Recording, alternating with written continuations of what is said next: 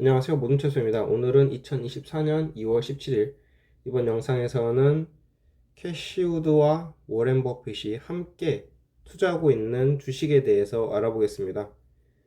캐시우드는 공격적인 성장주 투자자이고 워렌 버핏은 가치주 투자자죠. 서로 반대의 투자를 하는데 어느 주식들이 겹칠까? 첫 번째는 누 홀딩스입니다. 여기는 저도 투자를 하고 있고요. 자, 브라질에 본사를 둔 누홀딩스는 멕시코와 콜롬비아로 확장하는 동시에 본국의 선도적인 금융기관으로 성장했습니다. 누는 브라질 인구 절반 이상인 8만 4천 명 이상의 고객을 보유하고 있습니다. 게다가 누는 신흥시장에서 여전히 빠르게 성장하고 있습니다. 3분기에 460만 명의 신규 고객을 추가했으며 전년 동기 대비 26% 성장했습니다. 경영진은 아직 초기 단계인 멕시코와 콜롬비아에서도 같은 성장 경로를 따라가고자 합니다. 누는 멕시코에서 430만 명, 콜롬비아에서 80만 명의 고객을 확보하고 있습니다. 누는 은행 업무를 넘어 신용카드, 개인대출, 보험, 암호화폐 거래 등 확장되는 금융 서비스를 제공합니다. 그리고 고객에게 여러 서비스를 판매할 수 있는 능력이 사업의 지렛대로 작용하기 시작했습니다. 조정 순이익은 2022년 3분기 6,300만 달러에서 지난해 3분기 3억 5,600만 달러로 증가했습니다. 매출 성장이 둔화될 것으로 예상되는 가운데 사업의 운영 지렛대는 이제 막 실현되기 시작했습니다. 그리고 브라질에서 거둔 성공으로 멕시코나 콜롬비아에서 성공할 수 있다면 수익이 크게 증가할 것입니다. 자, 여기 차트를 보면은 현재는 정배열로 상승을 하고 있는 거죠. 오늘은 뭐 0.96% 하락했다고 하지만 지금 이 성장세를 보고 정배열로 가고 있다. 이 정배열에서는 투자하는 사람들 모두가 이익을 보고 있다라고 볼 수 있죠. 자, 주봉으로도 상승, 월봉으로도 보면은 대세 상승 중에 있다는 것을 알 수 있습니다. 그 다음 두 번째 회사는 스톤코인데요. 또 다른 브라질 핀테크 기업입니다. 이 회사는 성장하는 기업들을 위한 다른 솔루션뿐만 아니라 중소기업 결제, 처리 서비스를 제공합니다. 코로나19 팬데믹 초기에 심각한 차질을 겪었고 브라질 국가 등록 시스템의 부정확한 데이터를 사용하여 중소기업 대출의 신용도를 파악해 왔습니다. 이 사고는 팬데믹이 고객에게 많은 대출 불이행을 초래한 스트레스로 인해 더욱 악화되었습니다. 그러나 경영은 결제 사업의 호조 덕분에 회복되었고 3분기 적극적인 결제 고객은 3만 30명으로 전년 동기 대비 41.7% 증가했습니다. 중요한 것은 이러한 결과를 이끌어내기 위해 매출이 증가하고 고객 이탈이 감소하고 있다는 것입니다. 사업 규모가 확장되면서 엄청난 영업 레버리지를 보고 있으며 수익 성장을 주도하고 있습니다. 조정 순이익은 3분기에 이익률이 3% 증가하면서 4배 개선되었습니다. 경영진은 조정 순이익이 2024년부터 2027년까지 연평균 31% 성장률을 기록할 것으로 보고 있습니다. 지난 몇 달 동안 주가가 상승했음에도 불구하고 이러한 성장 전망은 여전히 주식을 매력적으로 만듭니다. 차트를 보면은 지난 몇 달 동안 성장을 하기는 했는데 현재는 이 횡보 상태로 온 것을 알 수 있죠.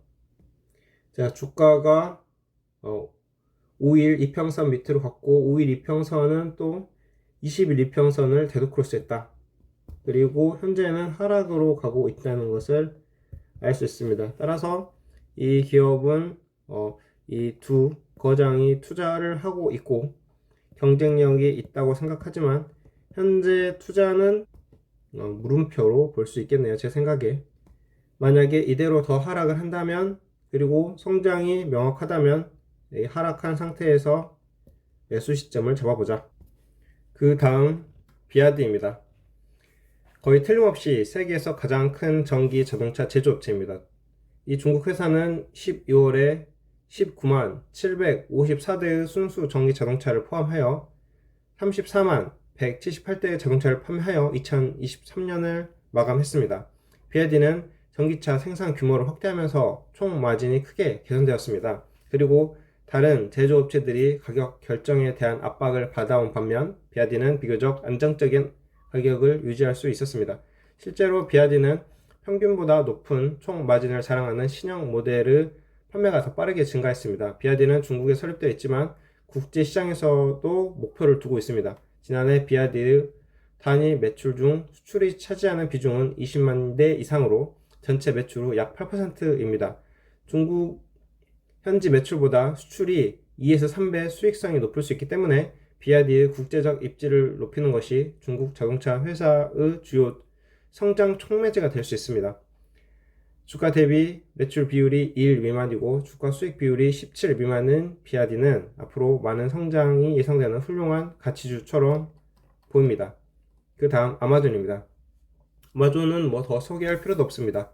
1조 8천억 달러 이상의 가치를 가진 온라인 소매 및 클라우드 컴퓨팅 대기업입니다. 아마존은 온라인 스토어 광고, 클라우딩 컴퓨팅 사업에 이르기까지 거의 모든 부분에서 매출 성장이 가속화되어 있음을 보여주는 뛰어난 실적 보고로 2023년을 마감했습니다. 또한 개편된 물류 네트워크의 혜택을 받음에 따라서 특히 북미에서 강력한 마진 확장을 보이고 있습니다. 풀빌먼트 네트워크에 대한 수년간의 막대한 투자 끝에 아마존은 뿌린대로 거두기 시작했습니다. 2023년 자본 지출에 대한 가스에서 발을 떼었고 이로 인해 비즈니스를 위한 잉여 현금 흐름이 크게 증가했습니다. 아마존은 역사적으로 많은 잉여 현금 흐름을 사용한 다음 훨씬 더 많은 수익을 창출하고 이전보다 더 많은 현금을 창출하는 막대한 투자 기간 동안 일해 왔습니다. 2023년에도 그랬습니다. 2024년으로 접어들면서 자본 지출은 다시 증가하겠지만 원만하게 증가할 것입니다. 운영이 계속 증감에 따라서 투자자들은 또 다른 한 해 동안 강력한 잉여 현금 흐름을 기대해야 합니다.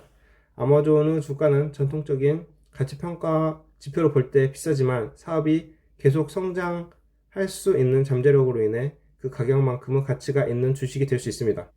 아마존의 차트도 정배열 상태로 계속 올라가고 있습니다.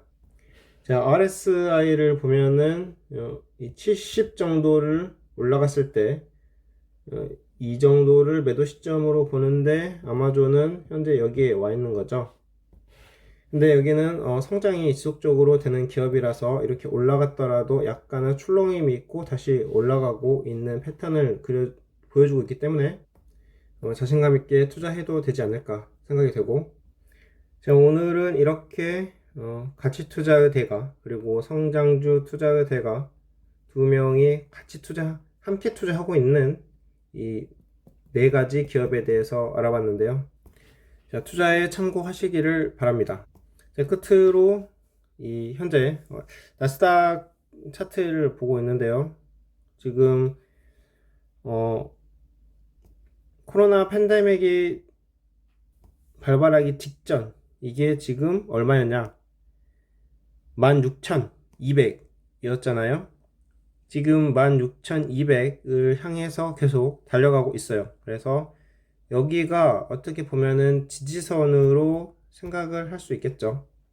이 지지선을 뚫어버리면 아주 좋겠지만 이 지지선을 닫고 내려올 수도 있어요. 그러면서 이 현재 이 주가를 끌어올리고 있는 AI 열풍이 거품이었다 라고 해서 다 팔아 제낀다면 우리는 도망가야 될 때를 찾을 수도 있겠죠.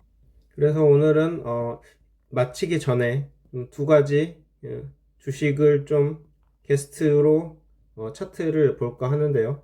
일단 AI 열풍의 최대 수혜자 중 한 기업인 엔비디아는 지금 정배열로 계속 올라가고 있고 지금 알파벳 시총을 넘어서서 3위로 올라갔죠. 잠깐 알아보면 엔비디아가 세계 시총 3위로 등극을 했고 알파벳을 제치고 새 탭을 열면서 아마존도 제쳤고 지금 3위로 등극을 했습니다. 엔비디아는 제품과 서비스의 AI를 구축하려는 기술 기업의 경쟁에서 가장 큰 수혜자이고 AI 고급 칩 시장의 약 80%를 장악하고 있으며 2023년 주가가 3배 이상 오른 후에 올해 47% 이상 상승해 가고 있고 고객은 엔비디아의 최고급 칩이 부족해서 지금 줄을 서고 있는 상황입니다. 다음 주 수요일에 엔비디아의 분기별 보고서는 월가에서 가장 큰 주목을 받는 보고서가 될 것이고 분석가들은 또 다른 폭발적인 분기와 전망을 기대하고 있으며 지금까지도 그래 왔으니까 앞으로 그럴 가능성도 있죠. 그러나 어떤 분석가들은 AI 랠리를 약화시킬 수 있다고도 생각을 합니다. 출사의 롱보우 자산관리 최고 경영자 제이크 달러 히데는 시장은 엔비디아를 인공지능 왕으로 인식하고 있고 하지만 엔비디아가 분기별로 나쁜 보고서를 내놓는다면 그리고 투자자들의 예상을 지나치게 초과해서 보고서를 내놓지 않는다면 20에서 30% 하락할 수 있다라고도 봤는데요. 이거는 자기 예측이니까 그냥 참고만 하고 일각에서는 조정 순이익이 400% 이상 급증해서 113억 8천만 달러에 달할 것으로 보고 있고 엔비디아는 예상 수익의 34배 거래되고 있고 아무튼 이렇게 해서 지금 제가 볼 때는 계속 거품이 일어나는 게 아닌가. 지금까지 여러가지 거품들이 있었잖아요. 그리고 제가 아까 봤던 그 나스닥 차트도 팬데믹 전에 최고점으로 지금 달려가고 있고 그게 저항선이라면 또 내려갈 수도 있다. 지금 저는 그냥 괜시리 이게 지금 거품이 아닌가라고 의심을 해보고 있는 거예요. 제 생각에서는 일각에서는 11월 대선이죠. 대선까지 민주당이 이 경기를 좋게 해놓은 다음에 대선판에 뛰어들어야 이길 확률이 많기 때문에 아무래도 금리도 내리고 이렇게 좋은 정책 많이 내놓을 것 같은데 일각에서는 거품일 수도 있다. 그래서 지금 엔비디아 차트를 보려고 하는 거죠. 원래 영상 만들기 전에 엔비디아 차트는 별로 생각도 안 했었는데 저는 엔비디아 투자하지도 않고 일단 정배열로 가고 있고 MACD, 오실레이터, 스토캐스틱 다 좋은 방향으로 흘러가고 있습니다. 자, 이 상승하는 각도가 몇 도인가가 중요한데 지금은 거의 60도 정도로 상승을 하고 있어요. 그러면 이게 무엇이냐? 투자자들이 흥분해서 투자를 하고 있다. 그러니까 제가 아까 생각했던 것들 그러니까 11월 대선까지는 무난하게 올라갈 것이다. 그리고 AI 여기에서 금광 투자할 때 삽이 많이 팔렸고 이 삽으로 작용하는 엔비디아가 올라갈 것이다 라고 생각을 해서 사람들이 전체적으로 흥분을 했다라고 볼 수 있고 자 그러면 이 기울기는 정상적인 기울기는 45도 정도로 가야 하는데 60도 정도로 더 올라갔다는 것은 뛰어내릴 준비를 하고 있어야 하지 않을까 라고 생각이 들고 제가 주봉으로 봐서도 한번 기울기를 봐볼까요? 지금 여기가 25도였고 지금 이 부분은 60도 정도를 초과해서 올라가고 있는 것을 볼 수 있습니다. 그리고 월봉으로 보면은 월봉은 좀 더 명확하게 볼 수가 있겠네요. 자 50도 이상으로 가고 있습니다. 그러니까 제가 만약에 엔비디아 투자자였다면 언제 뛰어내릴까 지금 고민을 하고 있었을 건데 참 여기에 타지 못한 게 후회스럽습니다. 자 그리고 알파벳 여기는 제가 투자하고 있는데요. 그래서 겸사겸사 영상 만들면서 같이 차트 분석도 해보려고 하는데 여기는 지금 왜 이렇게 하락을 했냐면 실적 발표하고 나서 대부분 좋았는데 한 부분이 좀 낮게 나왔다. 그래서 뭐 실망 매물이 나왔다고 하는데 그래도 여전히 상승 추세선을 이어가고 있는 거죠. 이 과거에도 보면은 왔다 갔다 하면서 계속 올라가는 모습 볼 수 있습니다. 그런데 결정적으로 MACD에서 이렇게 데드크로스가 나오면서 쭉 이렇게 RSI까지 낮아지는 걸 볼 수 있고, 월봉으로 대세 판단을 해본다면 지금 계속 올라가는 것으로 볼 수 있습니다.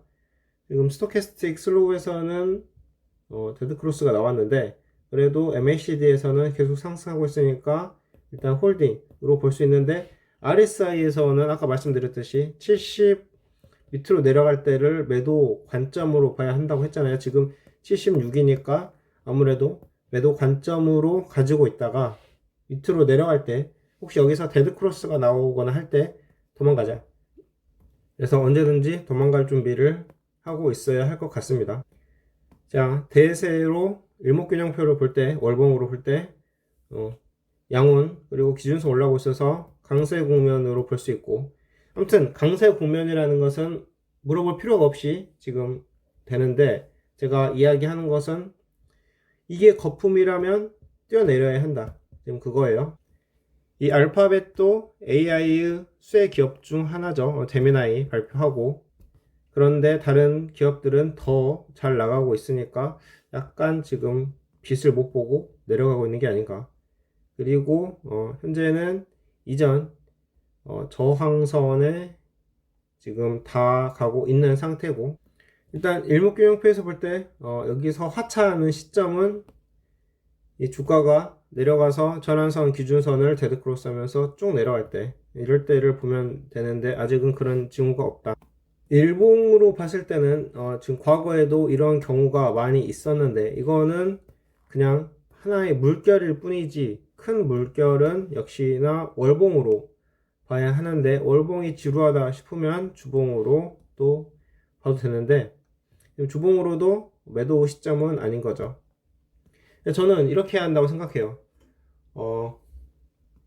기준은 주봉으로 보고 매수 매도를 결정을 하는데, 일봉은 그 중에 하나의 어떤 팁으로 생각을 하자. 아무튼 결론적으로는 이 알파벳 A에서도 매도 신호는 나오지 않았다고 볼 수 있고, 앞으로 자주 보면서 언제 도망갈까 생각을 해야 할 것 같습니다. 왜냐면 제가 아까 말씀드렸듯이 이것이 거품이라면, 아마도 거품은 아닐 것 같은데 거품이라면 튀어야 되니까. 자, 오늘은 여기까지 하고 마치겠습니다. 감사합니다.